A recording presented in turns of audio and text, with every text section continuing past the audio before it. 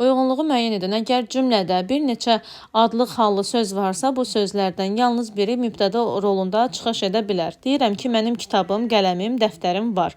Burada bir yox, bir neçəsi iştirak edə bildi. Deməli, yanlış cavabdır.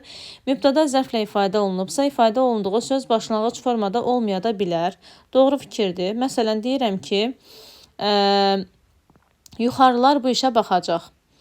Daha sonra biz bilirik ki, başlanğıc forma leksik şəkilçinin bitdiyi hissəyə qədər olan hissədir. Mübtəda əvəzli ilə ifadə olunubsa, ifadə olunduğu sözün işarə əvəzliyi olmadığını əminliklə demək olar. Bu yanlış fikirdir. Məsələn, deyirəm ki, bunlar sənin görə biləcəyin işlər deyil. Əgər cümlədə mübtəda varsa, deməli cümlədə mütləq uzlaşma əlaqəsi var. Yanlış fikirdir. Çünki əgər mübtəda varsa, bəlkə o cümlədə xəbər yoxdur. Bəlkə xəbər var, amma uzlaşma əlaqəsi pozulubdur. Uzlaşma əlaqəsi bilir ki, şəxsə görə və kəmiyyətə görə gözlənilməlidir. Bəlkə, məsələn, kitablar rəfə düzüldü sözündə, baxmayaraq ki, qrammatik norma gözlənilib, amma uzlaşma əlaqəsi gözlənilməyibdir.